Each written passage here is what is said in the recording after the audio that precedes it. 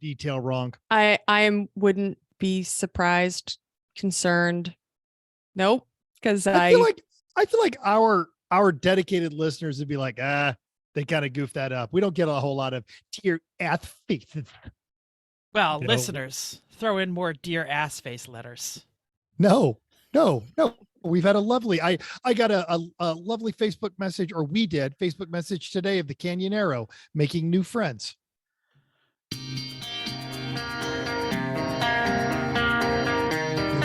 Welcome to Everyone Racers, a show designed for the world of low-dollar racing and an oddball car culture. It doesn't matter what kind of Limit Champ or Lucky Track Dog League you run. SCCA or NASA, we won't discriminate. As long as you drive it hard and build it yourself. Join us each week for tech discussions, tips, tricks. Oh, sorry. As well as news and buttons from the world of amateur endurance racing. And whether it's on 277 episodes. And Chrissy. And I give you just the tip. We're sure you'll giggle a little and learn even less. Report to the paddock. This is Chris. This is Chrissy. You know, all I have to do is download those files to the computer, and then I don't have to do the whole play it on YouTube thing, but that would be 3 extra steps and add professionalism. So why would we do that? What's your degree in? And what's your name? Just saying. What's your name? Oh, I'm Jeff. I'm El Jefe, it says in the notes. No, she's trying to pimp you to continue. I'm let's just go here. We have what's your name of the show? Who is yelling at their radio right now? Nobody. Mental. That's mental. Mental's here too. I did say I'm mental. Okay, we're Everyone Racers. Thank you for joining us. Welcome to a Magnus Walker P Car episode of our podcast. It's episode 277. Happy freaking New Year. The 277 car is the famous red, white, and blue 911 he became known for. It did not start as the Porsche outlaw craze, but one could argue that the 1971 911T defined it. While New Year thoughts naturally gravitate to change, let us not forget those things that stay. In an interview about the 277, Magnus said, "This car contains sweat stains and coffee stains and blood stains, and you just can't duplicate that. Not bonding with your old beloved tired ride? Embrace our E1R bingo cards, since you never know what we might talk about." Let's move on, even though you already know what kind of mood we're in tonight. What you working on, Jeff? I was tremendously accomplishing of tasks in the last week. Productive, you mean? That's Productive. usually a word. But Englishing, not good. Englishing, very difficult. Uh-huh. The students are not in school, so I don't have to talk well. Okay. It's nothing to do with anything. But you're on a podcast, so you also don't have to talk well, which exactly. is just great. Yeah, why that'd be fine. So I painted, I prepped, I sanded. The dogs love to blow through. You sanded the dogs? How did the dogs I was feel sanding the walls. Apparently they love it. Apparently the dogs love sanding. No, because I was sanding. that's why commas are The important. dogs, you Avoids didn't animal breathe. abuse. Panda bears eat shoots and leaves. No. Listen, I was painting my dining room, and to avoid the dust going everywhere, because I had a little bit of spackling to do, I plastic sheeted from the rest of the house. And Comet is too stupid to realize that you can get to the back door by walking through the kitchen or through the dining room. So he would just slowly push his face into the plastic, and he was too stupid to figure it out. And then Trixie just decided, oh, that's a fun game. So she just kept running through the plastic sheet. It was Sounds wonderful. But anyway, that was only one of the jobs. He won't do it, but I'm going to try and get it anyway. If you go right to where Jeff is pointing right now, Jeff, say something when you point, so the screen goes to you. Yes. Hello. All right. Point upwards. Point up. Actually hold your hand up. Yes. That's going to be where Jeff links the video to his dogs diagnosing his lawnmower. Oh, okay. Yes, I could do that. We'll do that. Dogs diagnosing lawnmower. Yes. I have very cute dogs. They're very dumb. So anyway, so I painted, but that's moving furniture and then sanding and then painting and then moving furniture back. It was a hell of a week. And then my son was like, I want new shelves to hang my pop figures. And I did that. And my wife is about to start the big commute again. And her windshield washer squirters would not squirt, and she told me it was leaking. So I ordered from Rock Auto like the new tank that came with the new pump. And then she tells me, no, it's leaking up here, and she points at the cowl. And I'm like, oh, so I disassemble the entire cowl front of this 2015 Subaru Forester, and there's a little plastic Y for the squirter tubes that is cracked in half. So so I had to like disassemble 1,000 things for a 98-cent part, but it was like half a day to figure it out. So and then driving everywhere, because who the hell has that? So thanks, Chris. Why do you have windshield washer parts? In case a 98-cent Y cracks, he Because doesn't ours spend went. half the You're day on driving mute, around. but ours went bad. Well, no, I stripped them out of every race car except the Mazda. So the little funny little bits I keep, because those times those are good for vacuum lines and stuff like that. Yeah, I ended up getting a vacuum line T and using that because no one had a windshield washer squirter. So anyway, so then I had an entire day of 60-degree weather here in New Jersey, and I worked on the RX-7 race car, and I would love to say that I got a lot done, but what I did was I mounted the power steering rack and got it all connected to the wheels and everything, but that was like a tremendously terrible job because the I had to like make a bracket and cut the old brackets, and the power flex bushings didn't fit, so I had to like one has a power flex bushing, the other one has a regular bush. It was quite fiddly for like something that stupid, like a manual steering RX-7 to turn it into a power steering RX-7 should not be that hard, but it was like 1,000 damn steps and very annoying. It looked good when you were done. Yeah, it looks great. Yeah, it'll Well. work great too. So speaking of that, I was actually prepping and doing some other things because I'm going to marry the transmission to the motor and then start doing some test fitting this You weekend. have a little ceremony. You wear your hat. No, yes. Okay. Do you, motor, LS, take 300Z transmission? I think it's going to be more of a shotgun. Well, You do, but don't you? In the new lemons wrap up for New Hampshire, they show Jeff marrying people. He married you true. guys, so maybe if he actually does pronounce the engine and transmission as one, it's a good thing. It's possible. He's batting 1,000 on marriages. We got a Read hell from of a the Book of shout out Haynes. on the video, by the way. So his question for the group: who took the LS computer ECM, whatever it is, PCM, out of the 300Z, and did they leave the LS mounting bracket? Who are you pointing at? I can't tell because it's different on every screen. Did I do that? He's not Yes. pointing at me. Yeah. Shoot. I cannot find the bracket that holds the PCM. It was you or Jim. I remember seeing it come out, and I thought the bracket was attached to it still. Do we have more than one PCM? Yes. Oh, I could be looking at the wrong PCM then. Yeah. Okay, never mind. We'll Yeah. figure that out. Expect a phone call. We have this two, so we weekend. needed a spare. Yeah, expect a Because- phone call this weekend when I say which bolts go where and where. Because yeah, that's it. That's what I was working. Are you I going to be forgot to working on say. it on Saturday by any chance? Yeah, I'll probably be working on Saturday.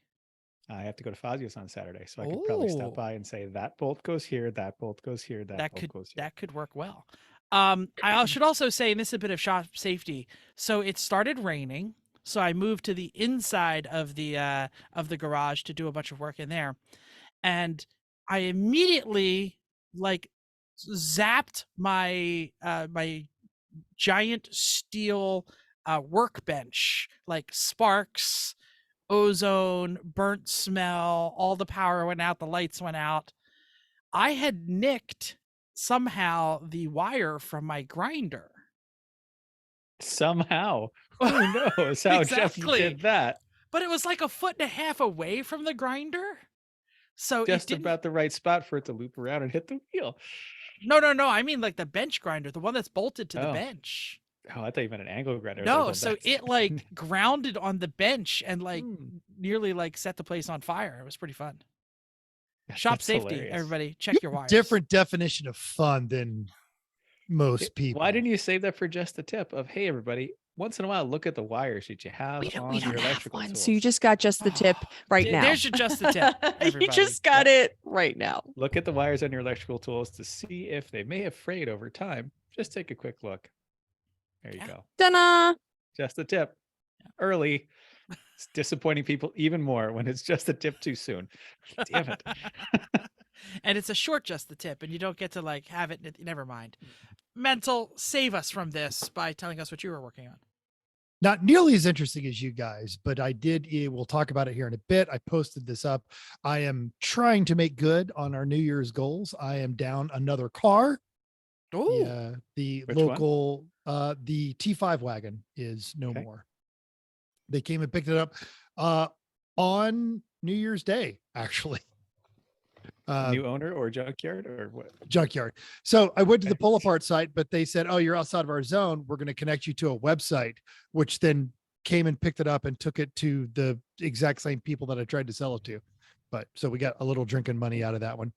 And is this the wagon that the was black the one. 5-speed? Oh, the Mhm. black one. Okay, the not one white that the longest ever heater core exchange, and then it blew the cam seals out, and I'm tired of things that don't make me happy anymore. So be gone. So if you need Death to Volvo it. parts, yeah. Yeah. Not death. It's just, it's moving on to its new life, and someone's going to get some great parts out of that car. Most of the interior is already removed, in boxes in the trunk, and it's sitting at the Henderson, Nevada pull apart right now. So, get on it. And then I rented a U-Haul, loaded it up full of a bunch of metal stuff that had been collecting in my backyard, and took that to the metal recycling. Aside from that, it was back to work this week. How So- much weight of your metal was it? How much did you get? I got all of $40. It was, I want Oh. to say it was just under 1,000 pounds.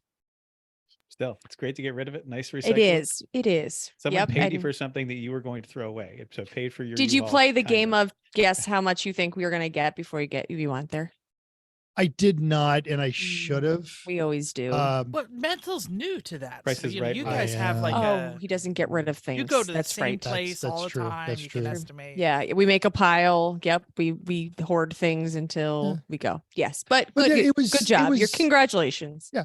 And I'll say this about the metal recycling place here. It's there's like 4 locations here in Las Vegas, and I went to the one, and as I'm just throwing stuff into the dirty metal pile, the guy came over who runs the little forklift thing. He goes, no, and he stopped. One of them was the 928 transaxle. He said, that's aluminum, that's aluminum, that's aluminum. And he went through, and some aluminum bits that I'd thrown in there, pulled those back out, put them back in the truck, and had me drive back over, weigh it again, because aluminum is worth more. Totally. And it was And just, It's nice harder of for them to sort that way too, because they go to pick it up with the big magnet, and that stuff doesn't pick up, and then they got to go pick it up. Yeah.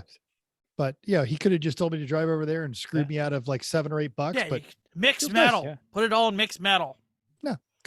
good people there at I think S&T Recycling here in Las Vegas.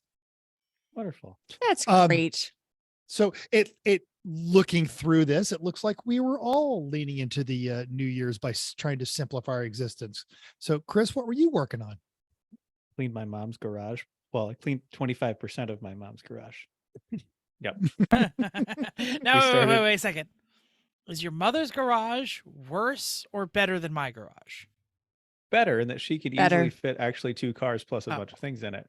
But And it was better uh, before we cleaned it, and even better after when we cleaned it. Got it.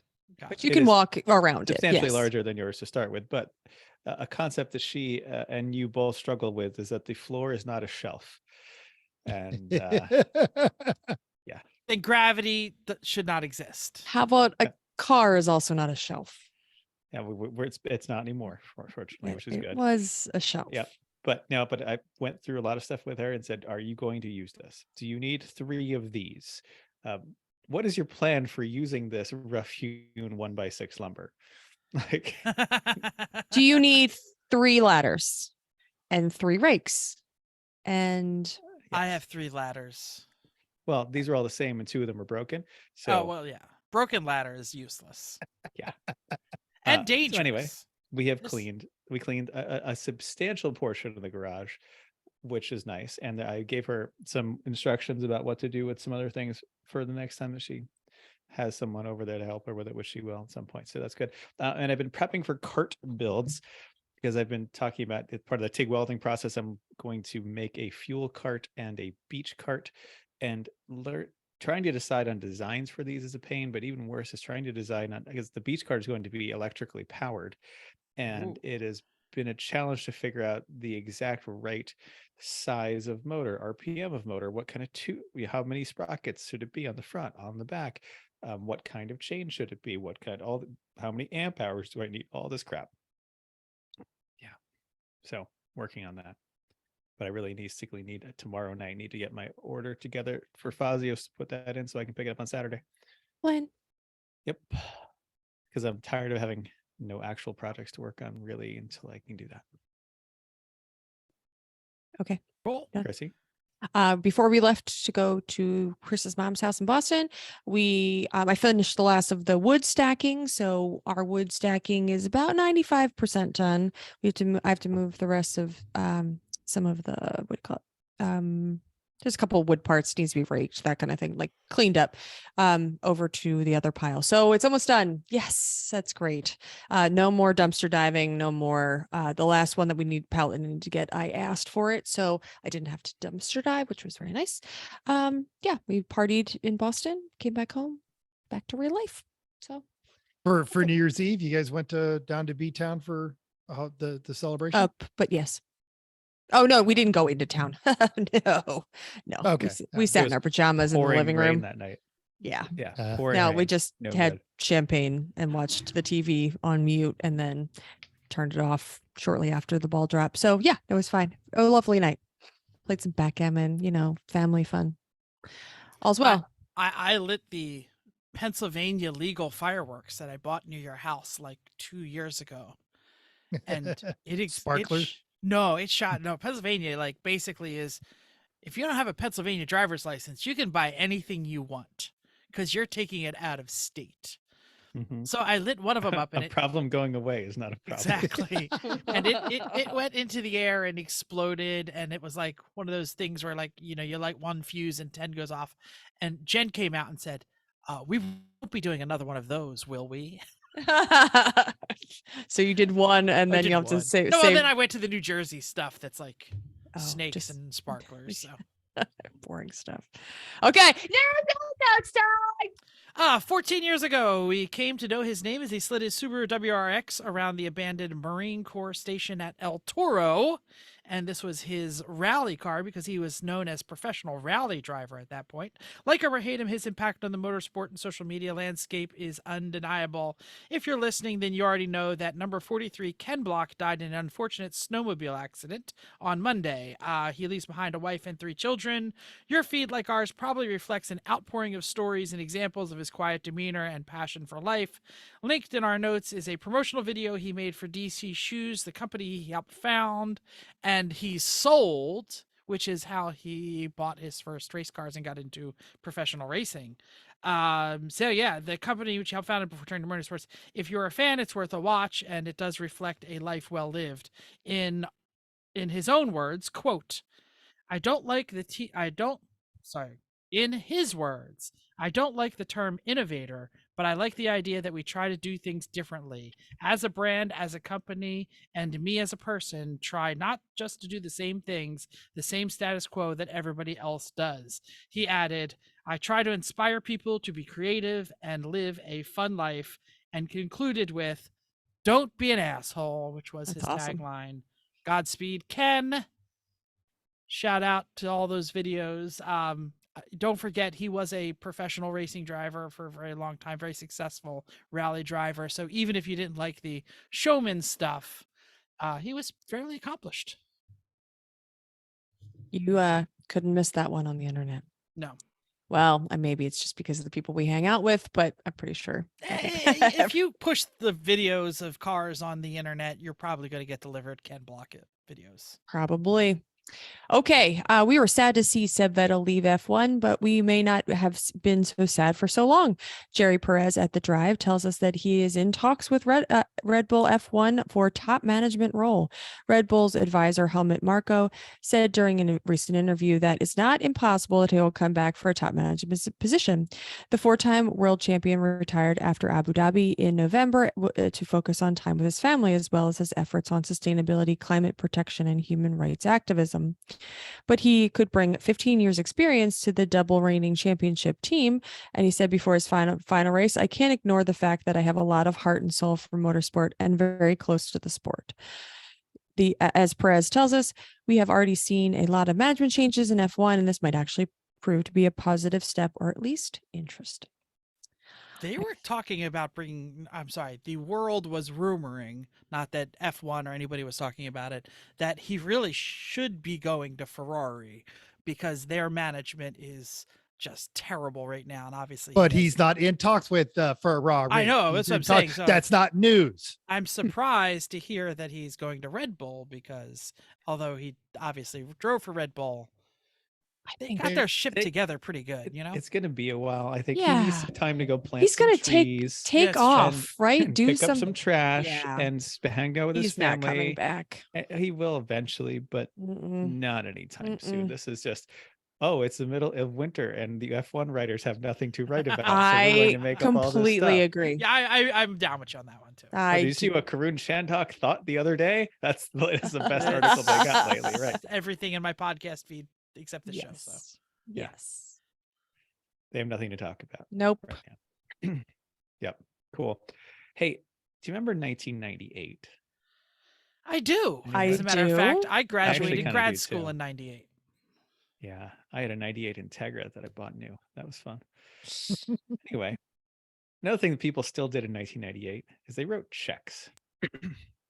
And the trick when you're writing checks this time of year is you had to write the new year, or you'd start and then go, damn it. And you'd have to avoid it Totally. and write another one. And everyone behind you in the checkout line of the Piggly Wiggly, because people who write checks are more likely to go to the Piggly Wiggly than any other supermarket, TM, to remind you of this, especially my ancient co-host who wrote this, that it is 2023. Here's a list of 7 great cars that are now eligible for importation under the 25-year rule. This list was compiled by Frankie Cruz at Car and Driver. Link is in our show notes. So number 1, the R35 Skyline. Not the GTR. You're going to wait another year for that, but it's rear drive, manual, turbo 6, the GTS-T. Still an R34, still cool. Lancer Evo 5, car that helped Mitsubishi earn its first and only Constructors' Championship, only made for 1 year. You too can be broken by the side of the road. Subaru Impreza Yeah, don't buy STI one of those. 22B. Don't bother. One sold last year and bring a trailer into the show exemption law for 300,000. But yeah, you can, Oh. if you like Subarus, which I don't understand What? any people that do.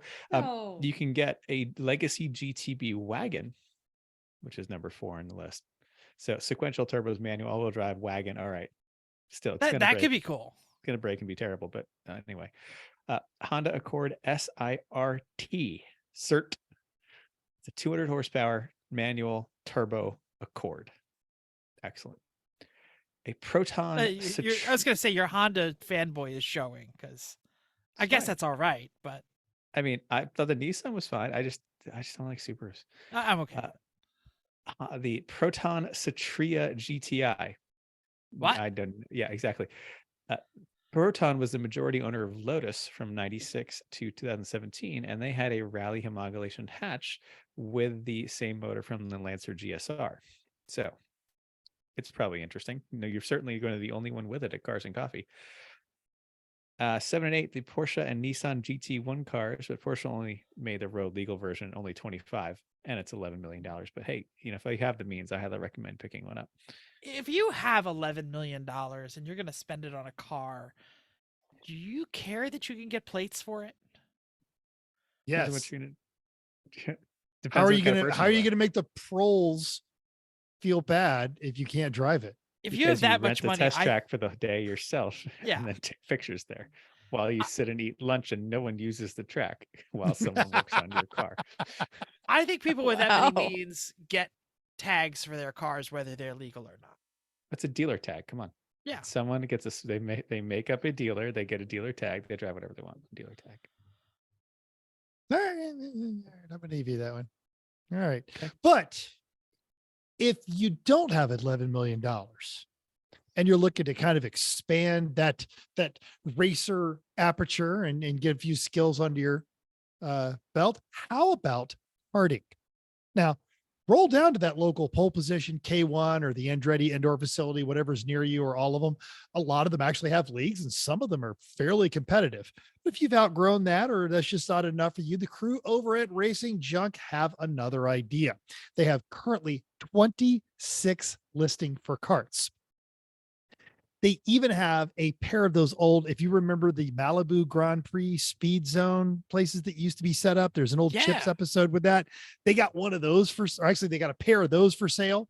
They would make, by the way, amazing judge mobiles if you were looking to bribe yourself on a good weekend. And depending on how much work you want to do, there's a there's a KT100 kart, there's LO206s, which is a sealed engine competitive class. It's starting at about $2,000 up to a collection of 3 karts along with spares and gear for $10,000. Actually, I take that back Bill, because just don't. it was don't. listed at 10,000. Bad. And here's my thing. So don't necessarily buy them, but my host is disabled screen sharing. Check it out on racingjunk.com. The links are in our show notes because it is always free to browse and it is always free to post on racingjunk.com. But if you want the full experience, check out one of their, I think they're still selling one of their memberships, one of the annual memberships. I apologize. I was racingjunk.com. going to the actual thing Yeah, to it's all share. good. That's all right. We'll keep going. The Malibu Grand Prix car was the one I wanted to share because that's Yeah, it's pretty dope. I definitely spent some time in my youth driving these things and trying to convince my parents to take me to the Malibu Grand Prix. I remember deliberately lying about my age because I was tall for a pubescent lad, just to get a chance to drive one of those because I think you had to be 14 or something. Yeah. Listener feedback time.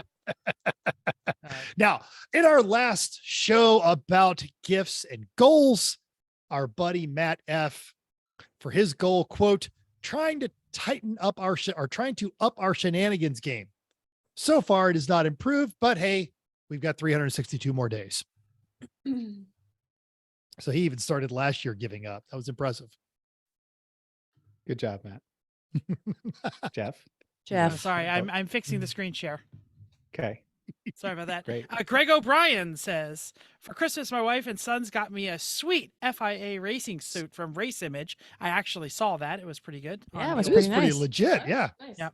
Yep. Which, again, we haven't. How long has it been since we told people to go buy their suits on Race Image on this podcast? It's a Hashtag they should great totally website. sponsor us. Totally sponsor us.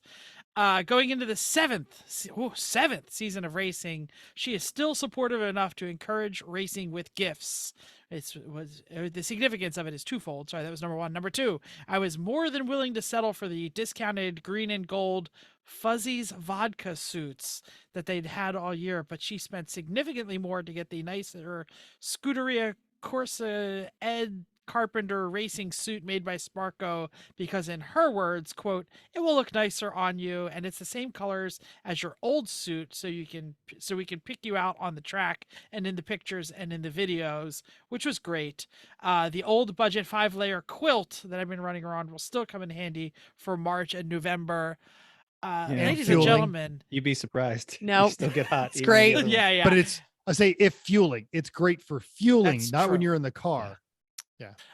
Ladies and gentlemen, if you don't own a nice race suit, treat yourself if you have the means, because they make all the difference in the And world. this was so thoughtful of his wife. This is the perfect way to go. Ask family for safety gear, because family will be like, okay, you know what? I'll fine. I'll pony up for the good safety gears. I want you to It be wasn't even safe. on our Christmas list. Why didn't we even what? We didn't even say this. I don't know, because we all have it now. So I we guess just- we- True. Yeah. And I'm diverting here. Speaking of cool things that my co-hosts have, I am totally jealous of that shirt, Chris. Thanks. I got it for Christmas. Oh, somebody got Yeah. it for Christmas. Metzel posted about getting rid of a truck full of parts, and Dave Carper said, hey, my guess it's unfinished projects going to the scrapyard. I mean, you're not entirely wrong. they were long ago. Most of the mass of those projects have been disposed of, and those things have been thrown out back. It was, as I mentioned, some 928 bits from the 928 that tried to kill me, and the one that I chopped up, and the motorcycle that self-destructed. Yep. Hmm. Jeff. Tom Buswell, goal for 2023 year: don't roll over. That's even better. That's better than don't fall down. Let me tell you. Yeah. Absolutely. Jerry Ringle said the Inglorious Bastards annual New Year's resolution is to finish the half Aston and get her in a real race. He does make that goal every year. It's a great one. Wally Plummer, quote, my joke Auto X class that uses the 420 treadwear tires took off this year and has been adopted by the surrounding regions. 2023 goals continue to smack fun into the SCCA, one shenanigan at a time.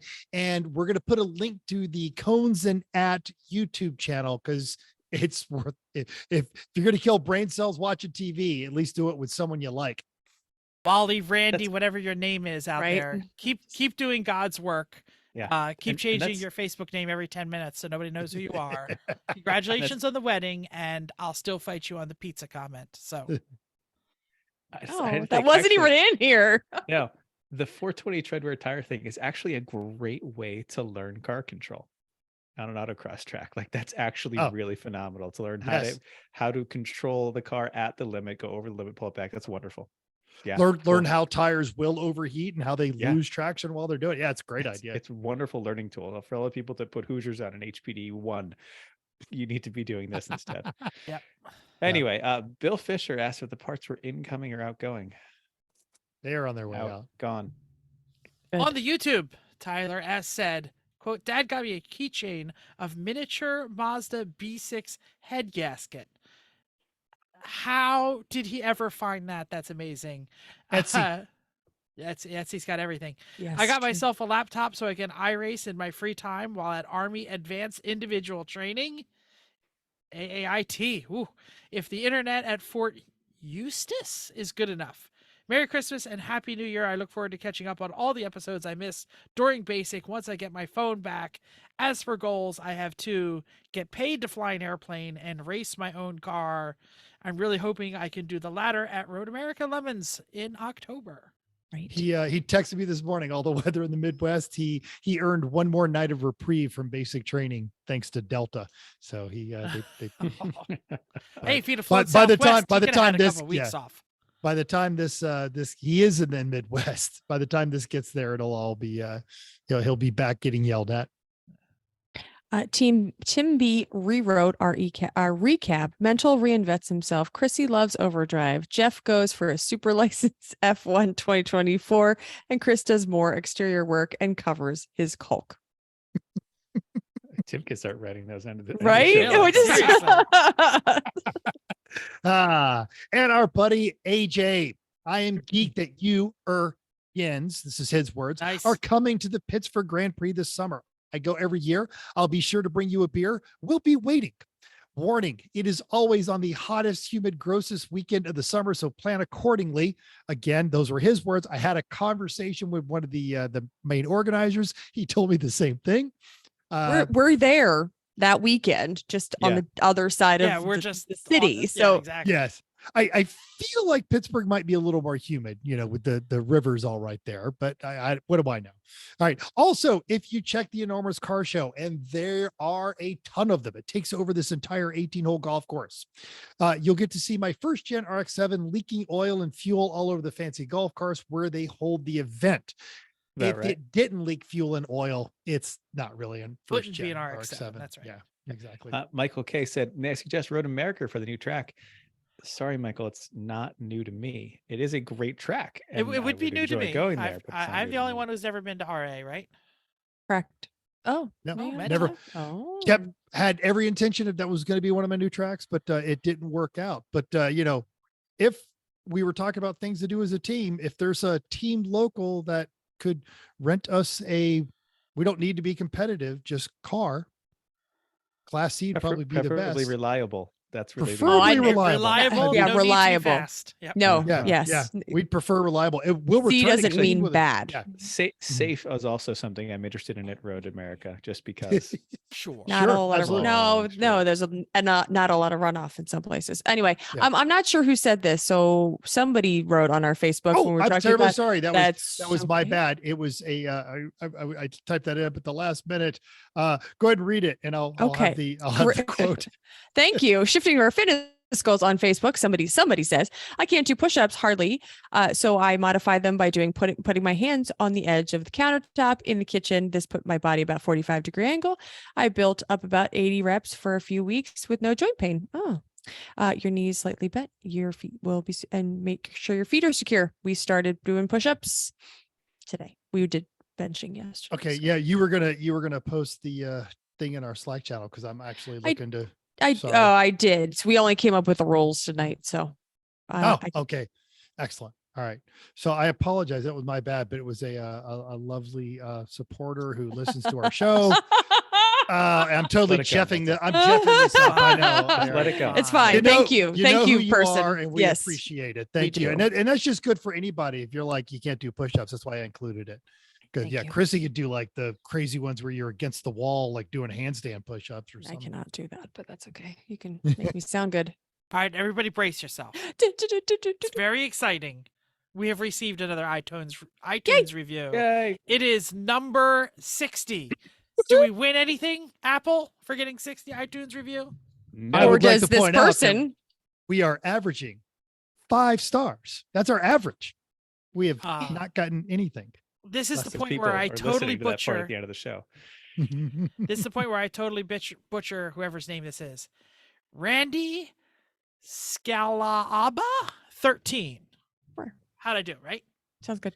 Just a few days ago, he left us 5 stars and said, quote, "I love these people!" Exclamation point. This is such a great podcast to listen to. And if you're into any type of automotive racing, but specifically any road racing and more specifically endurance racing, I'm a beginner track day guy and hoping to get into time trials soon. And I've learned so much for them that about different tracks I've never ever heard of, racing lines, and even silly stuff I find entertaining and knowledgeable. And it makes me love this podcast even more. I do wish you could all get together in person for a few podcasts. I think we'd all love that.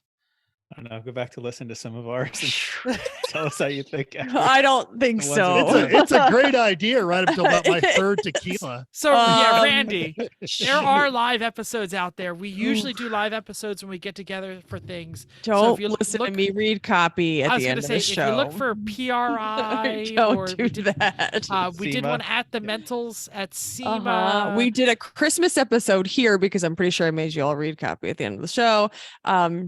Yes. Yep. Gets drunk pretty quick. Yes. And then it doesn't become productive. But if you think that can be fun, check it out. There are a couple. We're allowed to do that. We're not driving anywhere. You know, that's the whole idea of all of us Yeah. being together. I just can't say that I'm the greatest podcaster when I have been drinking. So I'll therefore- post Of the SEMA podcasters one. who drink, I will argue that you're better than most. Did we videotape? Did we put the SEMA one on YouTube? Yeah, Or we did it. the We did it PRI I live. don't remember. The PRI one. PRI we did live. SEMA, definitely did the video on it. SEMA was pre-YouTube. We didn't start YouTube until the pandemic. That was that was 2.5 or 3.5 years ago. I think we Oh. went live on Oh. Facebook, so I don't think we ever put them on YouTube. You'll have to find them in the podcast feed. I'm sorry. I'm sorry. I'm sorry if you listen to them. Oh, and that's even worse if Anyway, you're just going to listen to You it. know who has seen all of our podcasts and heard all of the live shows? And we thank her for this. I don't know if we thank her for that. It's Chrissy's mom. Yes. Hi, Chrissy's Oh no, mom. we thank her. She may not thank us, but She we're listens. grateful for her loyalty. Hi, Mom. Okay, spelling topic time.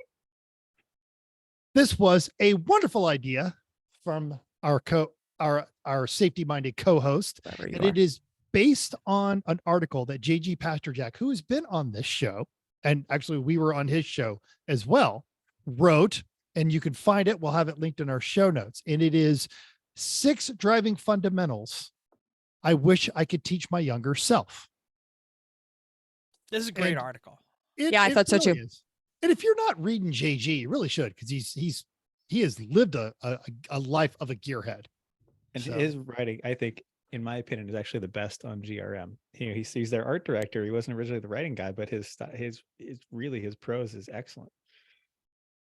I Okay. think he has a more artistic, fun writing style than some of the others that probably went to like journalism school and are trying to like write more Because serious. And I mean, I'm writing a text. he's smart and he's a mechanic, but he's not primarily a technician. So he writes differently. But we're going to talk about these 6 fundamentals, and I think the plan was we each kind of added in some stuff I wish I could go tell myself on there. So we'll start with the sentiments of the article, and the first one I got no disagreement with is the car is always better than you. Let it do the hard work. I will caution and say this was not always true, because a lot of cars, your early iterations of traction control and ABS were horrible. So you turned them off. But now I'm not even sure that's the right answer, but I'm fast. I genuinely want to hear what you guys all say about it. I think a lot of it though is people immediately go trying to modify their car. Like they go out for their first autocross, their first track day, like, oh, well, I'm gonna go get some springs and do this and blah blah blah blah blah. I need a chip. They just need to drive the thing, because a lot of them end up ruining it by modifying it. And it's a good car. Yeah. I think another thing, and I can even point out a realistic time recently when I got this. We talked about this when we were driving for Extreme Experience. Most humans on their driving in the roads have not felt like higher than like 0.25 Gs or 0.35 Gs. Your car is way more capable than that. And if you're using the butt odometer to get yourself to what you think the edge is, you are probably nowhere near it. And this happened a couple years ago when we don't get to right seat a lot because Lemons, the track days have kind of like, but at Connecticut, I was in the right seat. Instead of Chris yelling at me to do better, I right seated him and just said, just drive. And I felt him going much deeper and much harder that I didn't realize the Civic was capable of.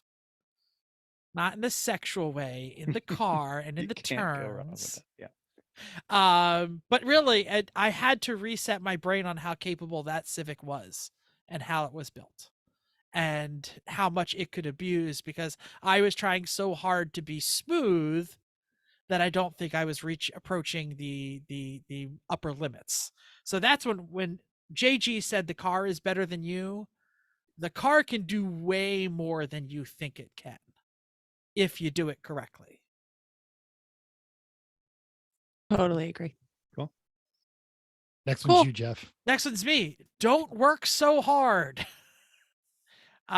This was a good one in the article too. And I'll just say that this was kind of opposite to what I was just saying. This is a lot more of the smooth is fast, and the things that you do are probably going to screw it up. The lightest touch, doing the least that you need to, turning smoothly, being smoothly. We talk about the eggshell on the brake and transitioning from the gas to the brake in a smooth way. Be relaxed. All of those things are what he means when he says don't work so hard. If you're wrestling the car, you're not doing it right. If you're tense, you're not doing it right. If you're squeezing everything so hard, you're probably not doing it right. Relax. Feel it. Roll your shoulders. Wiggle those fingers when you're on the straights. Don't work so hard. I see so many people fighting the car when they don't need to be. And it's just making you go slower, making you work harder, making you lose attention, making you lose focus, taking your attention away from where it's supposed to be. Like you see it in videos. It's like people, their hands are all over, the wheels going all over the place all the time. They're doing this and they're shifting like crazy. Calm down. You're going to go faster. Like if you just start to do the things the right way without trying, all of a sudden you're going to be going just as fast, if not faster, than the person who's trying to light the world on fire. Totally agree. All right. Number 3. I would say it's like being intimate. Just you relax, enjoy it, quit trying to do everything hard and fast. Sure. There's Time too and much place for sexual everything. stuff on this podcast. Right. I'm gonna have All to. right. Nobody said a curse, and I'm gonna have to check the explicit box. Okay. I Next one. said intimate. It's true. He was the most appropriate of all of us. Braking is more important than you think. Yes. And actually, this is so I wrote mine before I even read his article because I didn't want to be biased by it. So I wanted to see what mine were. And one of mine, I'll just talk about it now. I said braking, way more important, and it's not the braking point that is critical. But I think if you learned anything listening to Ross Bentley, it's end of braking is critical and how you do it. And you have a brake zone, and how you manipulate that and manage it is so much more important than the brake at the 3. Yep. It took me a very long. Well, I still do s- it. I still have Right. to brake myself. Of it. Kidding me? Yeah. Something you learned for so long, and now it's like, Mhm. how do I manipulate that zone better? How do And- I use And the zone coming- only happens for 1-2 seconds. Right. Right. and how It's you the use the brake release to adjust. point. Yeah. And the Yes. whole thing adjusts the attitude of the car. You can use the brakes to make it turn, to make it do things that you want to do. But just knowing how to do that and that you can do it is, there's so much time in that's just a concept that we don't get until it's too late and you already have bad habits. Chrissy, are you good or okay? I Yeah. was gonna say Yeah. it's Yeah. I'm sorry, my microphone. no. Started getting unplugged. I'm with all you guys. I'm not where I want to be on it. And I think when I stopped thinking of braking as an action and as a phase of whatever I'm trying to get the car to do, it made me better at it. But then it opened up the whole thing of, how bad I am at it. And how important it is. So yeah, just rethinking braking is more than just slowing the car. Totally. It's also okay, Chris. Nope. I'm good. Also, it's a blend. Like I think when we first got into performance driving, we talked about brake in a straight line, then turn. And as you get more advanced, that's no longer how you brake. It's all just part of the ballet, which will come up in my section. So the next one on JG's list is get comfortable, which I really like. I think this makes a lot of sense because there's a lot of being in a race car is not comfortable, but making it as comfortable as you possibly can is what is important. Making sure that your seat fits everybody. Don't try to squish yourself into a seat that doesn't fit. Especially with endurance racing, you're going to be in it for a while. But I think this is really it really speaks to me a lot when we spent so much time in the old Honda when it was super loud. The seat position wasn't comfortable. Everything was too far away and you just nothing was comfortable. It wasn't natural. So you'd get out and just have weird muscle feeling and just No dead pedal. Yeah. That one did have it. I put that back after I think you put it back. getting yelled at. Yeah. We don't allow no I dead was pedals. the yeller. I admit it. I was right We behind both you. were. We Yeah. both were. So if 2 of us are going to say so, then you lose. 3, then you lose. So I think getting comfortable is really important because it'll make it's one less thing for you to have to worry about or think about when you're racing. It's like things. The point of this is telling your younger self. And I think when we were all younger, I could sit in a middle seat, saves weight because I'm hard. I'm a race car driver, and I can drive a Kirky to work. exactly. And I've done dumb crap like that. And now, I know that Chris, when he was designing the cage for the new Honda, it was like, if we drop this down, we're still legal. And man, is it easier to get in and out of the car. And we don't have to completely contort as much. And when you're young and you think you're invulnerable, you underestimate the importance of being comfortable as something to facilitate you doing the rest of your job in that race car. Just go listen to the Hamza episode about making the person, the machine comfortable together and work functionally together. And that's I think that changed a little bit of your thinking. It did. Yeah. Hamza's a smart gentleman. I mean, absolutely. But I also think you weren't as concerned about our comfort until we realized that this could actually help our driving. Mm-hmm. Yeah. I think And his thing since was drove our car and he got out and was like, this is terrible. And you were like, oh, maybe I should Like, yeah, I change it. know it is terrible, but well, we thought we were building terrible race cars, not terrible cars into good race cars. And I'll say, you said Hamza was a pretty smart gentleman, and I'll say he's incredibly smart. I'm not going to go on the gentleman one. I'll leave that one on the table. he cleans up okay. He does. All right. So moving on. And I do say this all the time, and it kind of goes into the braking thing. You know this, but then one day you're going to do it at a new level and realize that you didn't know it before. And it is, you can never look far enough ahead. Just always try to bury your line of sight as far down as possible. Nothing sneaks up on you.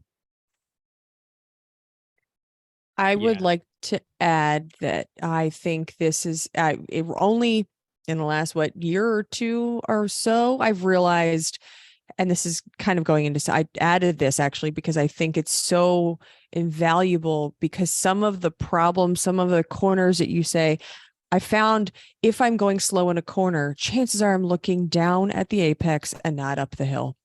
It's truly one of those, it's like mind blowing. You're like, oh, I'm really struggling with this one corner. I'm scared of it. I don't feel comfortable. I don't feel good about it. And then I'm like, when I think about the seconds and milliseconds that are when I'm going into that corner, I'm looking at the ground.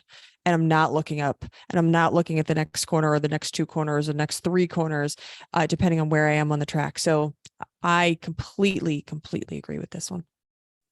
One of the things JG said in his section was, to looking through the glass of the car in front of you, not at the car in front of you, and things like that. And I think that's really important in the 3D chess that needs to be played for racecraft.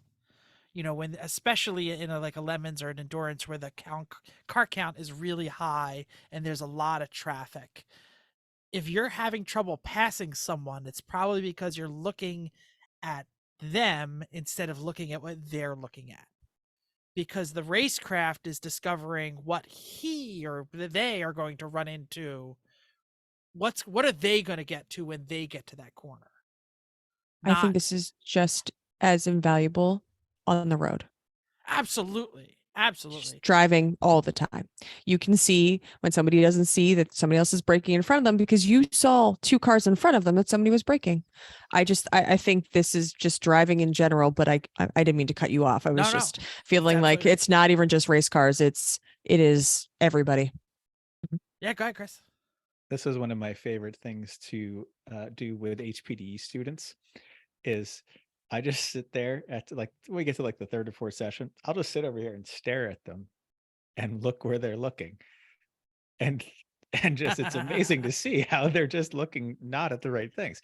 And then after a couple laps of that, I'll just start to give them a couple word things. So I'll say, this is what you need to look at. All right. Flag station, apex, top of the hill, right where that silver car is.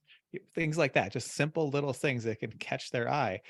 And I do that for 2 laps. All of a sudden, we're hitting the rev limiter and things like that.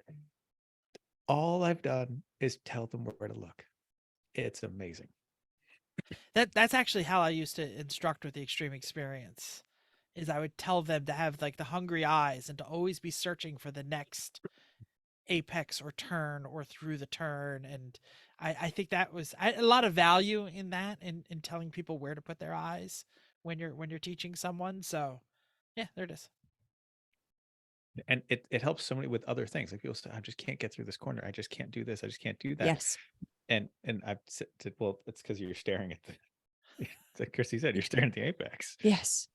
But you have to look up. But you have to realize it. And that is a lot of, I just didn't realize those two things went together.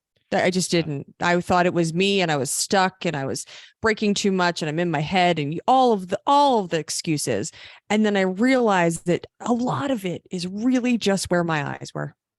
I'll tell a very quick story that I've told before here, but it's worth telling again.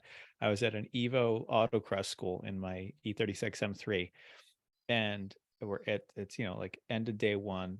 I'm coming into it's like a 90-degree box out to the finish, and I'm in the box. I'm slowing down. I'm braking. I'm struggling through the corner. The instructor says, "Look at the finish." So I looked at the finish without any other conscious knowledge. I switched from brake to gas, dab of oppo, power through the corner, doing nothing else but changing where my eyes were. The rest of me followed. All I did was look from here to wherever I was looking, up at the finish. Boom. Amazing. I don't know if you've told that story here because I don't remember that. That's good. I love that. Yeah. And our last one from JG, Chrissy. Take every opportunity to be coached, which we all say how invaluable that is. It doesn't matter how good you think you are. You have different points of view. You have different people. You always have something that you can possibly learn, no matter how good of a driver that you think you are. And even Chris has said, I train other people. I'm really good. You're kind of at a plateau. There are things but you know that there's things that you can learn from somebody else, even if it could be even from one of us. I've sat right seat with you, and there's things that minimal, but there's something that I can say that I think you're hesitating on the gas, you're on the brake a little long. You think you could be, right? So there's things that you can take from anybody, because it's always just a different perspective at the very least, if not actually getting to be a much better race car driver.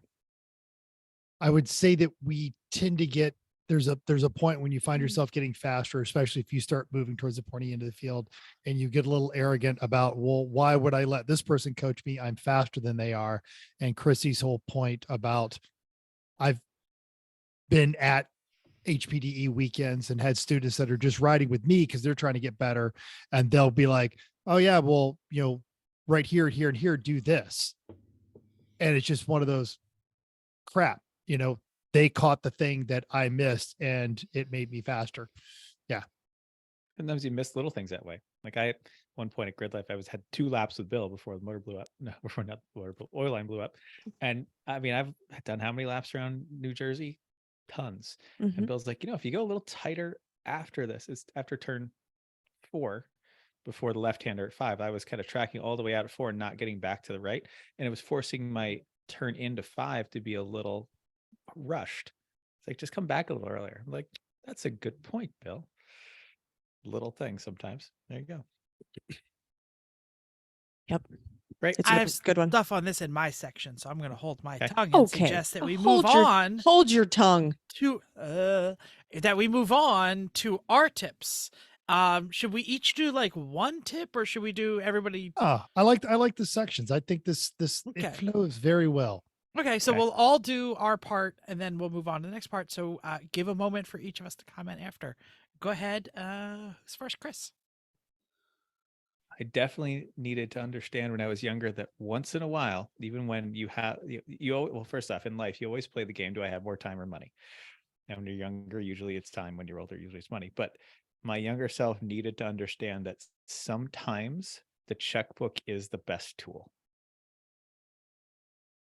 Yeah. Is that in life, race car? No, I'm trying to understand where you're. Yeah. I know that you say and that. sanding, we know this. We do This know is- this, but I was trying to think if there's other things, especially with race Yes. car driving, that I'll you were give trying you to a get couple at. that we've done that I said we'll just pay for someone to do that, and that's like differentials, setting up differentials. That is a art more than a mechanical skill. Yep. There is no reason that we should be doing that. Yeah. Things that can be mass manufactured that are fiddly to make on your own. Like I definitely bought a seat mount for the Civic, race seat mount, instead of just buying, because I was like, well, that's like $60 and that saves me 2 or 3 hours. Okay. Like, Mounting bracket for the LS ECM or PCM, whatever the hell it is. Yeah. It was so cheap because everybody's doing LS swaps. What I'm loving about this is they're all different phrases, but we look through our stuff and we're going to see a lot of reoccurring themes phrased slightly differently. And what's good about this is Homs has talked about this, Chris has talked about this, Chrissy's talked about this, is evaluate at the point you are in life and whether or not, the spending time creating this device that you can buy is better. We get a lot of interaction with Tyler Stank. He's younger than we are and he's smart as hell and he's got some time. So he has built things that he could buy because he wanted to learn how to make them. And it's great and good on him. And I've in the past built things that I could have bought because I wanted to learn how to do it. But now I'm getting older. And as Chris very eloquently put out, I've got money now. I don't have a lot of time. I love that.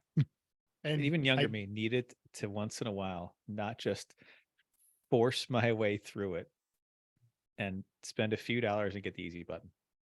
Yeah. Yeah. All right. Next one I've got is, and this is especially before there was YouTube University. Take a class to speed up your learning. I just kind of forced my way through stuff. How hard can this be? Read the book. Okay. There are some things that I would have totally accelerated my learning curve if I had just taken a class, like welding. I just kind of did it. That's terrible. Well, it's a little better. What I do differently? Not so sure. I'm just going to do it more, see what happens. But something like that definitely would have helped. Mental. And this is one of the big things coming with a slight education training background, is the class isn't always just about person up front listing down bullet points and teaching you think. Class is the interaction. It's seeing how other people are making mistakes or what they're learning from their mistakes. It's the entire interaction. Human beings are social creatures, and that is a way we adapt to our environment. And a lot of times, and I did take a welding class and I learned a ton from the instructor and I learned a ton from everyone else in the class as well. It's not necessarily about just listening to them say things. It's about the practical aspect and someone saying, okay, this is happening to you. That's you're struggling. Here is the why. And I'm going to make this change and you can immediately see the difference. And now I'm going to change it too far the other way. You can see the difference there. Like if someone's learning to weld, to say, okay, lay out a weld bead, and I can sit there and change the wire speed while they're welding. And they're like, well, what the hell happened? And it's because I just changed your wire speed too low. That didn't work very well, did it? Go back the other way, same thing, for example. Failing in the wrong directions. I'm going to say add a dot to this. Take a class to speed up your learning, and then take another class after you started learning, because you'll learn more when you have some practical knowledge. Like if the first time you touch the welder is when you're in welding class, that's great. But after you've welded for a couple of years, go back and watch those videos again, because you're going to pick up stuff that you didn't understand the first time. And I'll say 100% Great Lakes HPD E1, when I'm in there going, I knew this stuff, but now that I'm hearing it and hearing the theories again, it's giving me a deeper learning and a deeper understanding. We already talked about this one a bit. Braking. Way more important, not the breaking point that's critical. Yeah. Yep. Absolutely. I'm still struggling with this to make best use of this. Next one is quite similar to what JG said, and we already talked about it. Always look further ahead. Yep. I still have to pick my eyes up off the floor sometimes. The exercise we did at Great Lakes HPD, which we continue to hold it out as the gold standard. They put a piece of blue tape across your windshield. You don't need to look below that. It's wonderful. It really forces people. We talked about, we might have done that once or twice. Yeah. I think we did. Yeah. Because it does help. When you're sitting in the parking lot, you're like, that's really up really high. But when you're out there, you say, actually, I don't need to see anything. I don't below care that. what's there. It's cool. I might, yeah. So, oh, are we done already? Well, thanks for tuning in. 277 episodes. No, wait, I'm not done with my acceptance speech. I want to thank my mom in the academy. That's what you get for putting your elbow on the phone when it's sitting on the desk. I didn't think we were done yet. We're not. Keep going. Okay, go ahead. All right. Next one. Understand how to use the traction of as many tires as possible at all times. I used to be one that kind of come in, throw it into the corner, let the front tires kind of do their thing. Oh, they're accelerating out. Okay, let the back tires do their thing. You're missing out. You've got to get as many tires involved in the game at any time as you possibly can to do something. I think And I can whether do it's- better at this. I don't think I Mm, am thinking about this as much as I should be. yeah, it's one of those more subtle things that you have to have a good solid baseline to get to feel what those tires are doing and understand it. But there's more that they can be doing as to how you move the weight around the car, how you change what is braking, what is accelerating, what is turning, how are you making those tires get more traction. Things like trail braking is getting the back tires involved in what is normally a front tire thing of turning and braking. That's mostly front tires. But if you were trail braking, now you're getting the back tires a little closer to their max grip and making the whole car work a little more for you. In the Going Faster episode, and this was again Pittsburgh, wonderful classroom program that taught about us like the squishing of the tires and the contact patch, and thinking about them like Nerf footballs, and when you push down on it, how more of it touches the surface. So I'm going to say it's too much to get into right now, but Chris is absolutely right. Go check out our Going Faster episode about weight transfer. I think it was the first one. And last one I've got is learn how to drive around the car, whatever it is.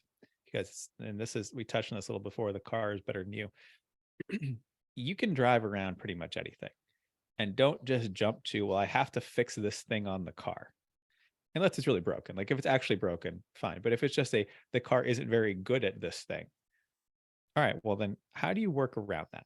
Because eventually you're going to be in a condition car where you can't change that, or where something is broken and need to drive around it, or you just need to learn how to solve this. Like if your car understeers a lot, okay, great. I don't like all this understeer. I'm just going to go put a sway bar on, blah, blah, blah, blah, blah, blah, blah. All right, well, how can you drive around the understeer? How can you kind of use that to your advantage?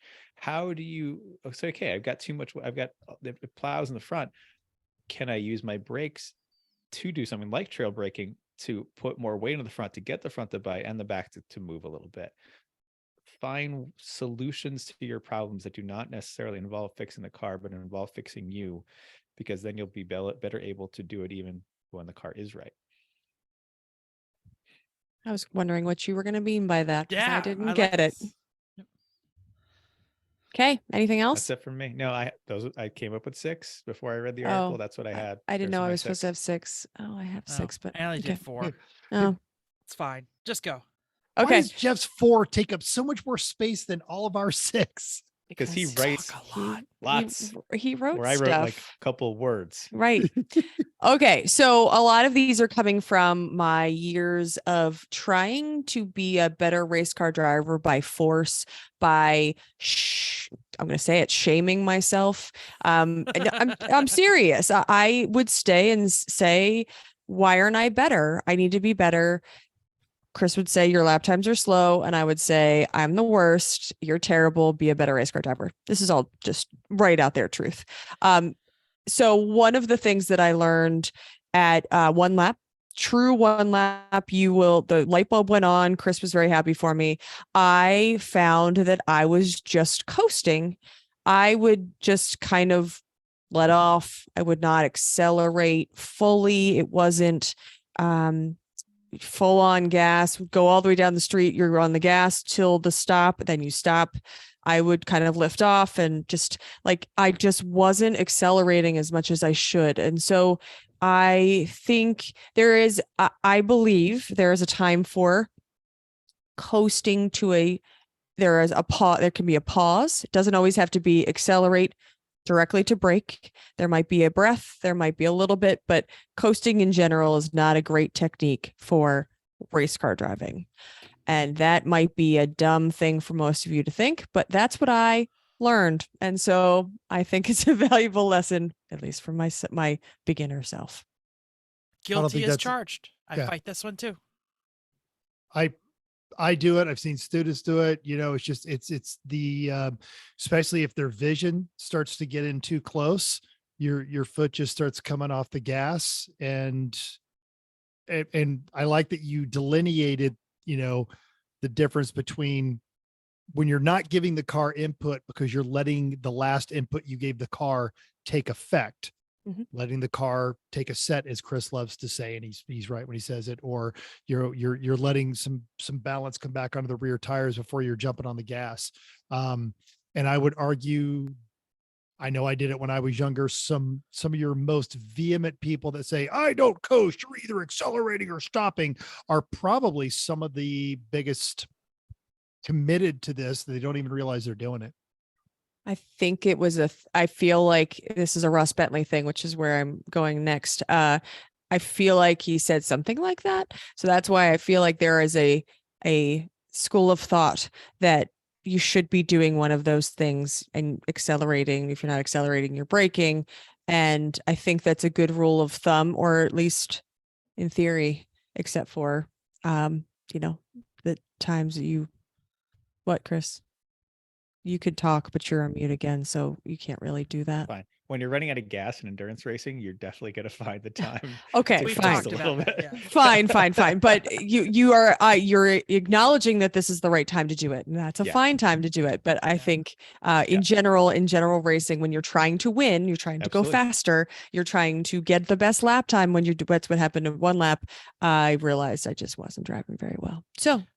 Well, and this also goes back to the weight transfer, because there's a drastic difference between maintenance throttle and off the throttle. Yeah. And they do different things, and you should be doing them on purpose when you're doing them. But yes, be maintenance throttle, because my maintenance throttle could have been my theory of coasting, just not going full speed when I should have been going full speed, but maintenance throttle could be just as bad in the same instance. Yeah. You need to, I like what whoever said it. Sorry, I was looking down. You should be doing all those things on purpose, not just because you think you don't know what to do. Yep. Cool. Okay. Next is just sit down and read Going Faster. This is Going Faster. Is it Ross Bentley? Who wrote Ross that? Okay, great. It's not Ross. Going Faster is by Jose Lopez, I think. And okay. It's the one that they get for Skip Barber. Skip Barber, thank you. Yes. I just didn't write down. Speed Secrets. Oh, thank you. Thank you. Okay, right. I read Going Faster. Chris handed it to me. I fought it. I was like, I'm really tired every day. I'm just never going to read this book. And then I finally sat down and read it, and I got a lot of things out of it. Take it, read it, just do it, even if you don't want to. It's helpful. I was happy that I did. Okay. I love this next one. It's a theme. It is a theme. Here's the second one. Understand braking. We already talked to it. I know we talked about it extensively, but we just are all amazed at it's not just where you brake. It's where you brake, but it's also where you come off and how you come off and where you're looking. Because half the time I'm saying, well, I'm going to come off here, but I'm already looking at the ground at the apex, because that's the next section of the turn. That's when you're turning, whatever. So, okay, that's my next one. We don't have to talk about braking anymore. I think it's really important to learn exactly how big your car is. And that is part of how you get comfortable with your car. And knowing, especially endurance racing, especially at Lemons, especially when there's 110 cars on a track that doesn't fit 110 cars, knowing how you're thinking about so many other things about driving a race car, but if you can know exactly where that corner is, and you can know exactly how close that person's coming to you or how close you are getting to that person, that could be the difference between wrecking and not. So I think there's just so much value in understanding exactly where the corners of your car are. And so you can drive your line, even if you think that somebody else is coming into your line.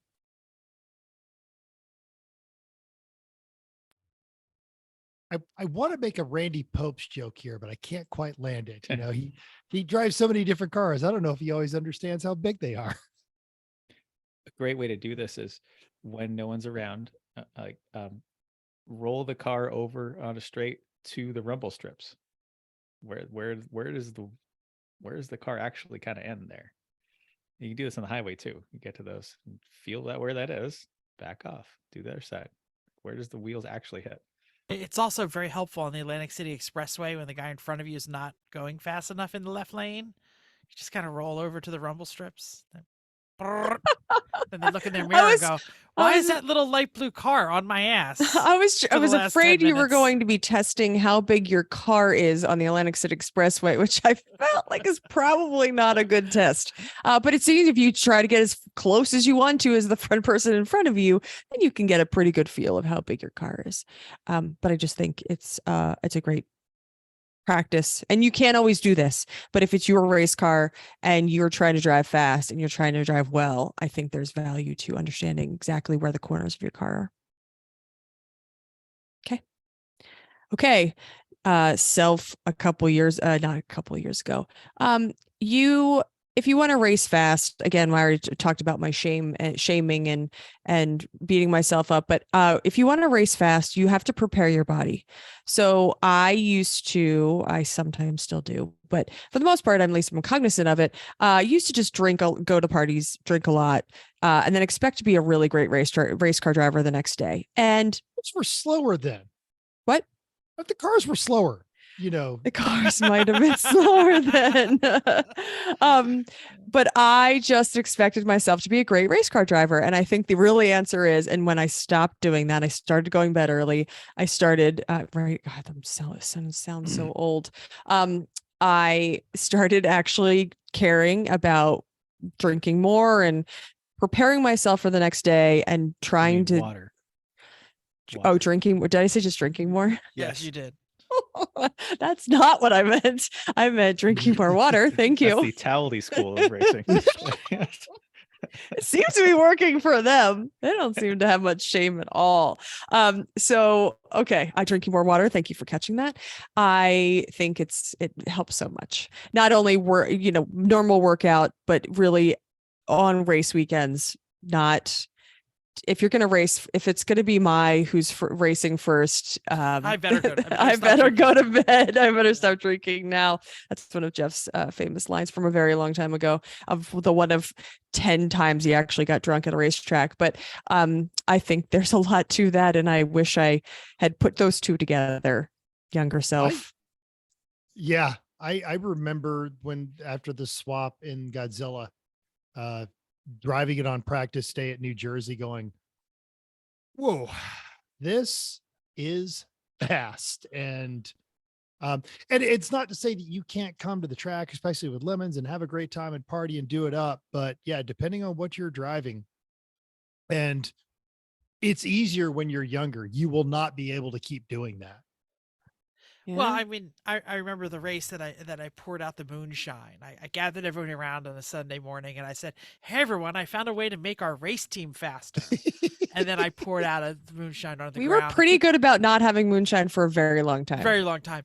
But it's you have to understand your goals, and notice what Chrissy said here. If you want to actually race fast, that's not everybody's goal. And I'm okay with that not being everyone's goal. Sure. I mean, I guess it's a little bit concerning thinking that there are people as hungover as sometimes you feel at Lemons. You can't, Chris, stop being on mute if you want to talk. Gosh, darn it. Is this your first time on Zoom? When you have to do the hard, who's least hungover this morning? Who is it? Wait, what did you say? Who's less Who's hungover? least hungover? Yeah, it's always Steve because he doesn't drink. Scissors. It's Who's always least Steve. hungover? It's sometimes Jim because he goes to bed early. Why do you think they usually start? Right. Yeah. Right. If you're always starting because you're the soberest, it's a problem. You could change that. But it's not a problem. I like that you Not a problem. No, it's not a problem at all. No, Everyone's it's a happy. problem that the rest of your race team is drunk, and usually you go out without breakfast, and the car's not prepped. But then my stupid team.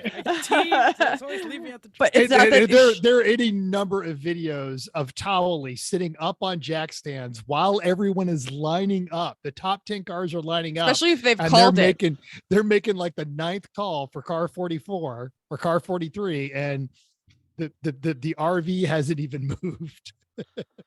Yes. So I think there's a correlation between driving well, driving fast, feeling like you're a great race car driver and want to be in this race. You have to actually just treat your body like it's like like you're going for a run, like you're going into a race, like you're doing Like you're something. an athlete, like you're about like to you're- do a couple hours at 130 heart rate. Absolutely. Yep. Yes. I just realized this. So thanks, past self. Thanks now, whatever. Anyway, my last one, it was just a recent ad. Being smooth. I have not always been smooth. I have had the luxury of being in a lot of cars that have been okay with me not being smooth. I still struggle with it sometimes, especially if I get jittery or if I get, almost spin or something like that and I have to like recover from it. I get jerky. It's not necessarily on the steering wheel. Some of it's my abrupt brake to gas. I do that sometimes, maybe more than not. So being smooth, still a thing that I try to practice. Doesn't always come easily to me. Smooth is fast. That's right there, Apparently. Just gotta know what jerky. it is. Yeah. You go Apparently. smooth and you look at all the right places, and all of a sudden you're going to be going fast without trying. Okay. That's right there too, there, jerky. There you go. All right, Jeff, go ahead. All right, I'm up. I have 4, and yes, they're a little longer, but they're not longer. They're just, I wrote down more things.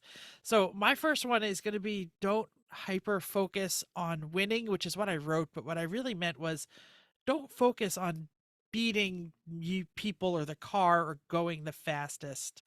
You have to realize that everyone on that racetrack is on the same team.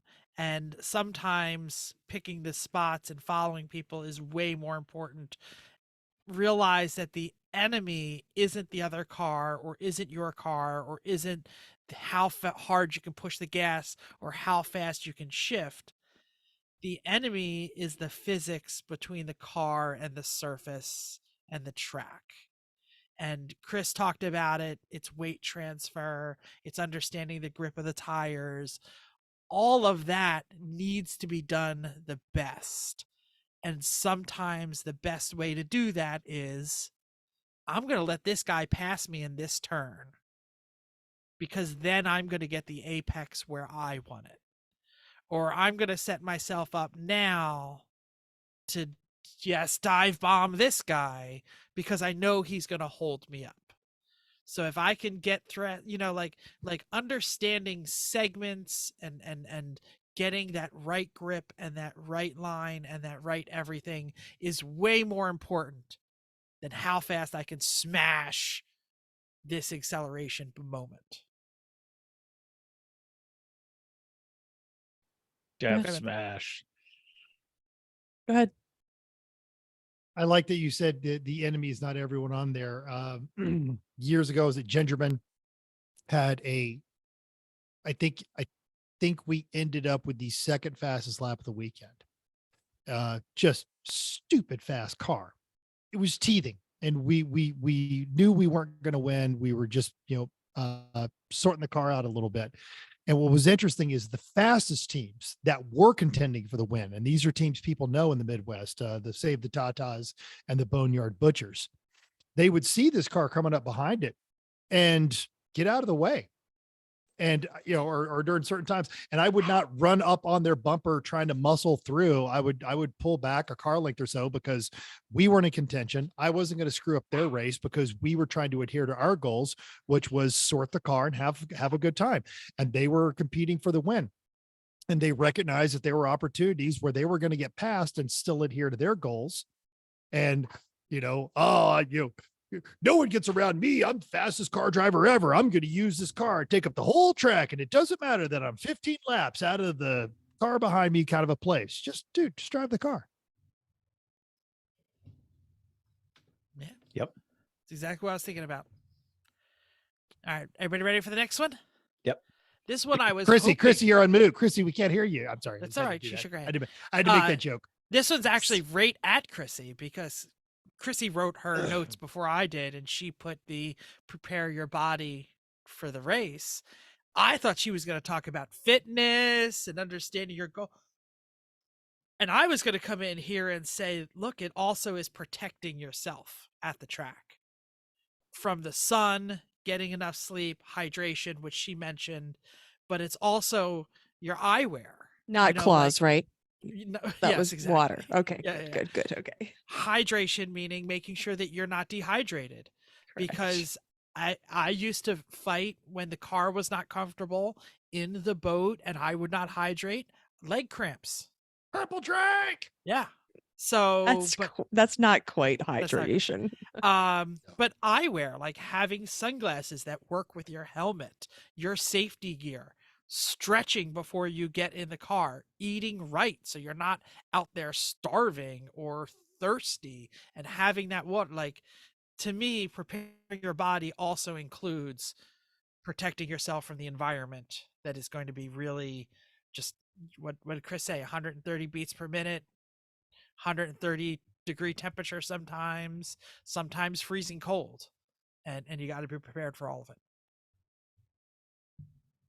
I totally agree. And I was just thinking about eating and drinking and how difficult that is if you do long stints. And all of us know how difficult this is, because doing long stints could mean that you are driving over lunchtime and then you don't eat, or you eat some and you don't eat enough, or you get really thirsty like I do, and then I have to get Chris to bring me Scooty at the line so I can take Scooty and rush to the restroom because I've drank all of my water.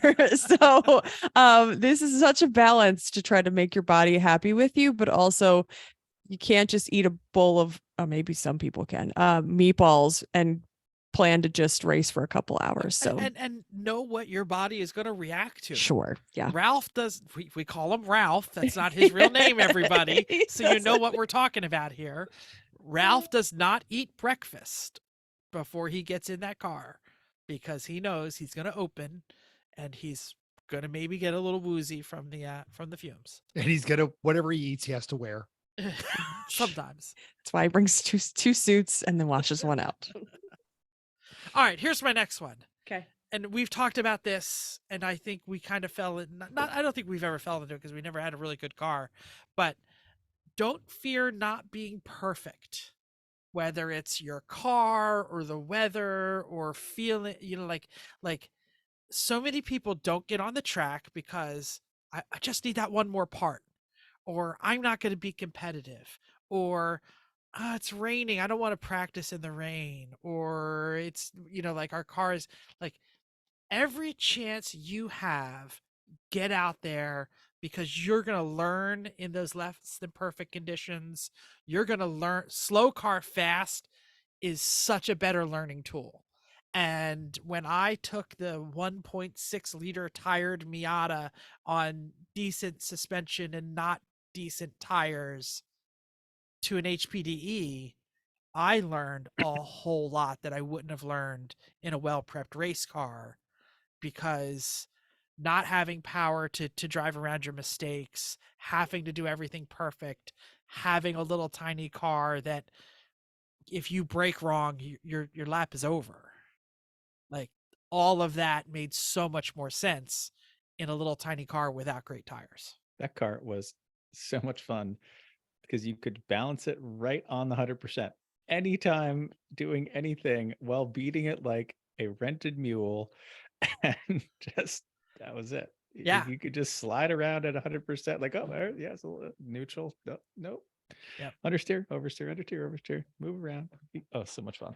There's a reason first generation Miatas make such great race cars. Absolutely. Yep. All day. And I never would have taken that to an HPDE if I had a race car that was prepared. And there's But we had a great time. Most of our audience is not this crowd, but a great majority of our audiences have met these people. Hey, you should come to this motorsports events I'm doing, to someone that they work with, hang out with. And they always go, yeah, as soon as I get part X, I'm going to take my vehicle down there. And listen to Jeff's words.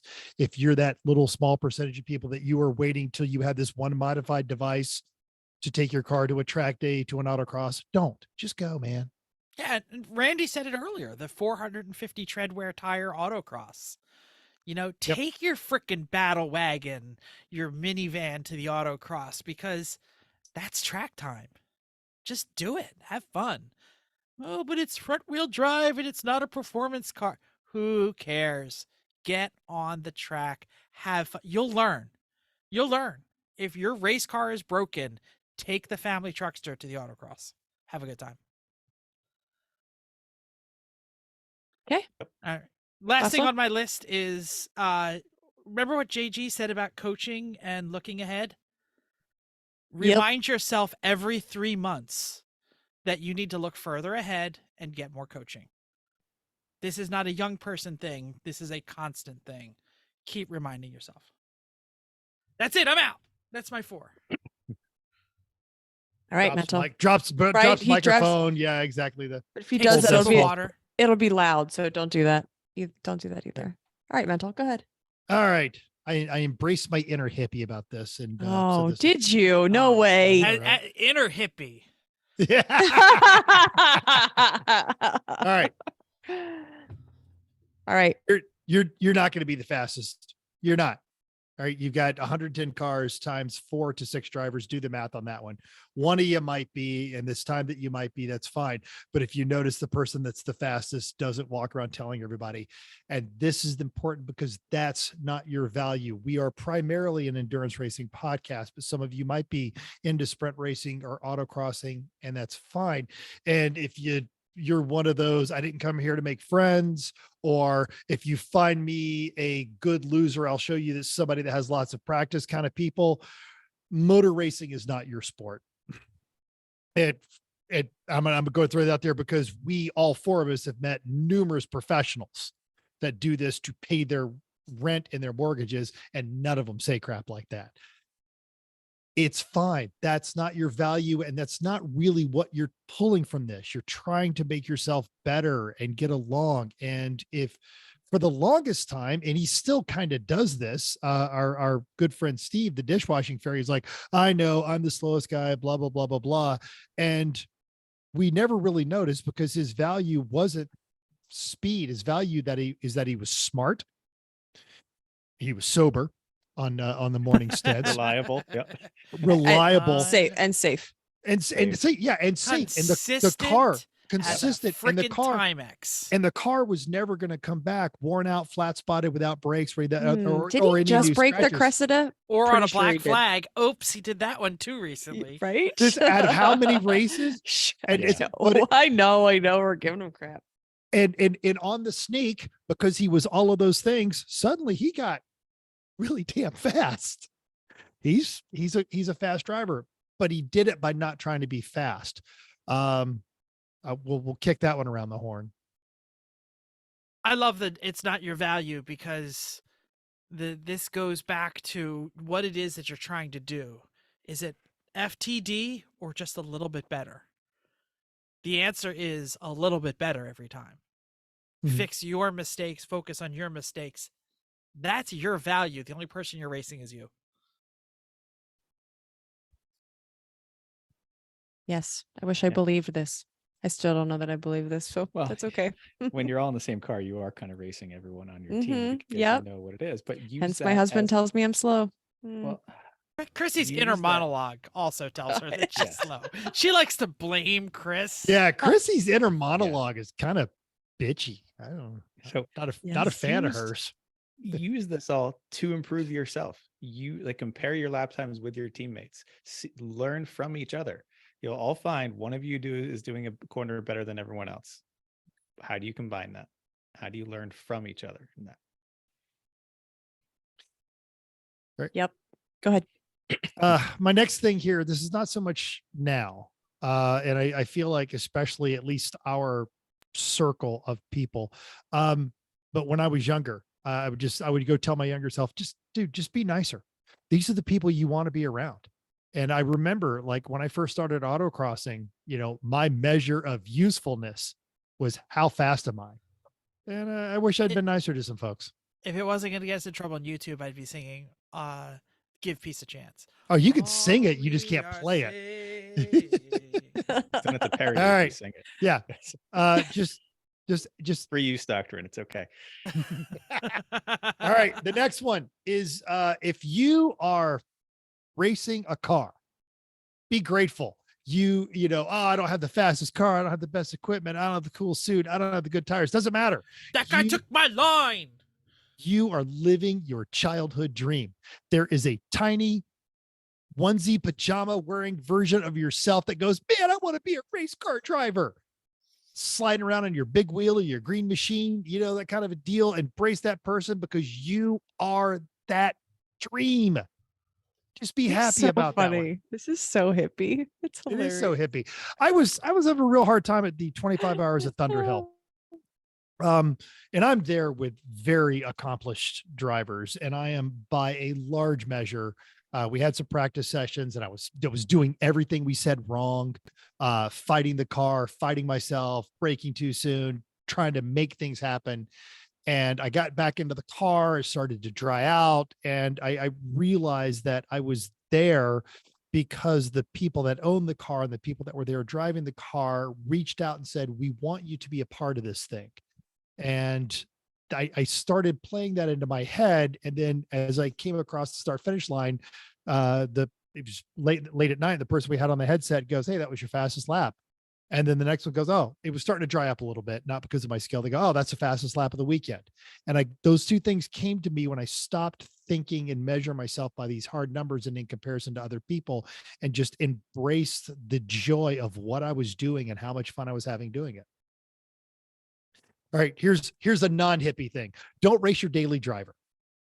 If you've got to rely on it to get to work, just don't, get a scooter or bicycle, something like that, something that you can still get to work for a couple of days. And I have told the story of laying under my GTI, the most depressing, frustrating thing ever, because I broke it racing.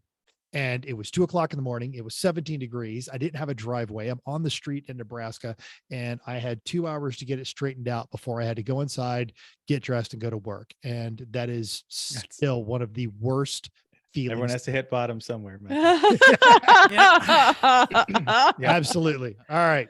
Oh, if you race your daily, you need a backup, I think is what you're getting at here. And I'll take that. Yeah. Like if okay, well, all I can afford is a Miata, but I can take the bus to work. Okay. Yeah. Good. Or honestly, stick to something like autocrossing and don't modify the hell out of it, because there is plenty of things you can do in your grocery getter that is performance driving, that is safe and not on the street. The tempting thing is things like Track Night in America, or something that you can still take a race car. Like you can drive your daily fast, but then you probably drove it to the racetrack. I mean, I'm not condoning. I am thinking you are correct, because even when I drove the race car, the Mazda 3 race car to the track, knew I still and then raced it on the track, and then knew I still had to drive it home. That's a lot of concern, pressure. Make sure that you don't break it. So that's a thought that you have to. But yes, I definitely agree. But there's a time when you might say, let me just take this on track, and that's the gray area. And if you've got a buddy or an alternate plan to get yourself to work to where you not have to do a rush job on a repair. Mm-hmm. Yes. When we were at Jersey for Grid Life, our backup was Jeff's trailer. Wasn't far away, still had a broken car in it, but we could make it work to get to Jeff's house because it wasn't too far. But driving it at Pitt, when I drove it to Pitt and I drove it home, that's an additional concern. So yeah, when I tracked the Veloster, we had a backup plan because we knew that one of the cars in the trailer had tags. So if something went awry, we could still get home. Mm-hmm. I mean, I probably could have done that. It's either the very loud, buzzy Civic, which didn't have a tag. Had no tags. That didn't have tags. Well, I could have stuck my tag on it. That's no lights, no tags, no nothing. Yeah. I'm gonna steal Chris's joke about when I got sick and left him stranded at the track one time because I got down there late, and he was taking his M and chasing a Ferrari, and then went, one of these people has to make a drive from South Carolina to Pennsylvania, and it's not the guy in the Ferrari. I'm going to go ahead and back off now. And yeah, I warned him. He was like, I'm just going to go again. Oh, I didn't realize what you were talking about until I was on my stock 340 stock brake pads and 340 treadwear Continentals. And I was like, M3, you had no backup plan. I said, don't be dumb. Caged M3. Right? Yeah. The M Hoosiers, Coupe. Yeah. M3 and Hoosiers and a Ferrari 360, and the three of us are just banging around, and I'm like, how am I all over you guys? This is terrible. And then, I have to. And then he gets out and texts me. He's like, I'm having so much fun. And I was like, I'm not picking you up. So you're gonna get help from CMP. Sorry, not Yeah. sure how that's gonna happen. U-Haul. All I'm right. gonna say to mentals, I'll put a ... on it. Don't race your daily, and don't think your daily is a race car. I think it's okay to do some performance driving in your daily, but you need to be, just like Chris said, you got to remember you got to drive home. And you got to remember that if you modify, like, oh, I'm going to do this because I race it on the weekend, that's not the thing to do to your daily. Anyway. Mm. All right. This one, and I still struggle with these last two, but the one just buy good stuff, not necessarily the most expensive stuff, and it may not be exactly what you want, but just buy good tools. I every now and again I'll still come across one of my earlier tools that I purchased in haste, just because I needed something or I needed this, and this tool was 3 times more expensive than this one. And so I bought the cheapest possible thing. And we've talked about this every year, and you've probably gotten these gifts from your family where it's like, oh, this tool does 7 things at once. Yeah, and it does them all terribly. It's a gator grip. Yes. That, buy the Grip has thing. one use: taking Paperweight. the obscure lug nuts off when you have lost the. Yes, Never mind. it's true. Yeah. It's that. And I have just trying to save money cost myself so much frustration and annoyance. And you've got AutoZone and O'Reilly's, but they have the rent a tool or loan a tool thing Mhm. where basically you buy it and they'll give you your money back if it's a specialty item. If you are shopping for a thing, and was early in our marriage, we used to go to shopping malls and we would walk through the Sears thing, and I would always go to their scratch and dent or look at their stuff. And I was looking at one of their toolboxes, and I still have these toolboxes. And Vicky goes, "Why are you looking at these? You're going to use this. Go get the good ones." And I got the roller bearings and all the good stuff. Still have those toolboxes. And the same thing with safety gear. I bought my first actual road racing helmet on closeout. It was within 5 years of expiration. And It then only hurts sometimes. yeah. And then I spent 5 times more than that on my current helmet, which I enjoy. I wore it on a flight from Atlanta to Denver. It's amazingly comfortable. It is a pleasant place to be. That we talked about the listener feedback with the good driving suit. Don't get the little tiny 1-layer thing that's you have to wear like 4 layers of underwear underneath. Go to Race Image, you go someplace and get a good suit. Some of the quilts aren't terrible, but just be Most of them comfortable. are. Most of them are. I And think then a this. good. Go ahead. Oh, no, Chris. Or That's I'm me, Chris. Jeff. You're Jeff. So I think a good thing about listening to this podcast, if you're this podcast listener, we've told you where to find the good value items. Sometimes the $1,000 item isn't any better than the $750 item. Things like Race Image and the right tool. Like I ain't buying anything off Tool Truck, but none of my stuff is junk either. And there's a lot in the middle where it is really good stuff for a decent price that you can probably afford. And so even if you're on a budget, Mental's point here is good. It's about value. Yeah. Mm-hmm. Absolutely. Yep. And then finally, just use the right tool. Not having money early on when I started wrenching and having to make do with this thing. I'm very good at being creative, but I'm not very creative at being good. And it is my I like default that. habit. That's good. It is, I like it is my default habit. And I will verbalize to myself out loud in the garage by myself, get up, you lazy bum. The right tool is right there. Stop trying to use vice grips. You've got 4 really good sockets and a great socket wrench that will all fit on there. Everything is not a hammer. everything. Yeah. The only thing you should be using as a hammer is a hammer. So, And just, the right hammer. If you don't have 5 hammers. Yeah. Metric, General. domestic. Yeah, Yeah. exactly. Whitworth hammer. So, yeah. That's my 6. I love Love that. it. my life became better when I discovered the difference between a 12-point socket and a 6-point socket. Yeah. I mean, it happened at a very young age. I'm not gonna say that was like last week, but like, I think I oh, still don't. look. I still don't do it right. There's a difference between these two, and when I'm doing this job, I should definitely make sure I have that tool. Mm-hmm. Excellent. This is great. I had a good time with Anybody want to this. say anything else before we wrap this up? It's kind of been a long show, so we should probably keep moving. What did we miss? What are the things you wish you could tell your Love younger it. self? Get a hold of us on all of our social medias. Jeff's going to list them here in a bit, or just, down below on our Facebooks. Yeah. Awesome. Let's move on to the end segment. It is just a tip. We already said it. Chris already mentioned, or I mentioned it. You inspect your cords. Chrissy, how many of my extension cords did you yell at me last time we were at the house?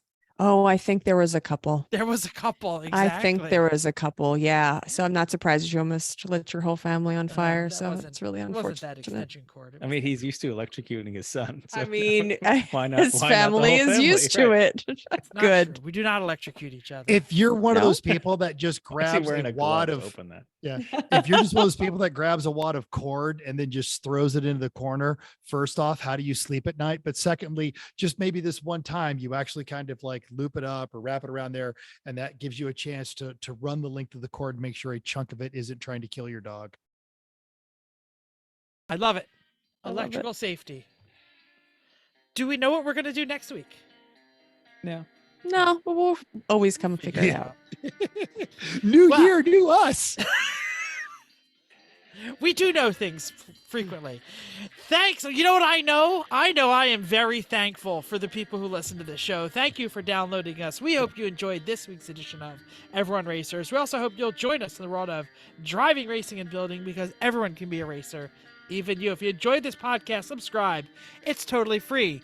Then, just like the guy earlier, I can't remember his name, give us a 5-star rating on the old iTunes, because it doesn't matter whether you listen on an Android like I do or Apple like the rest of the nut jobs on this podcast.